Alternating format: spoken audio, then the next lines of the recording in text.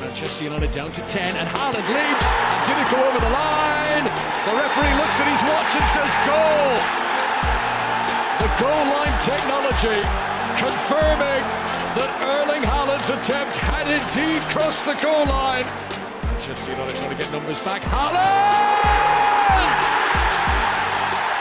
2 goals in 4 minutes for Erling Haaland. Look at the gaps at the back. De Bruyne was caught late. Haaland, Foden! It's 4 goals in 43 minutes. Sergio Gomez. Haaland, hat-trick. 3 home games in a row in the Premier League. 3 hat-tricks in succession.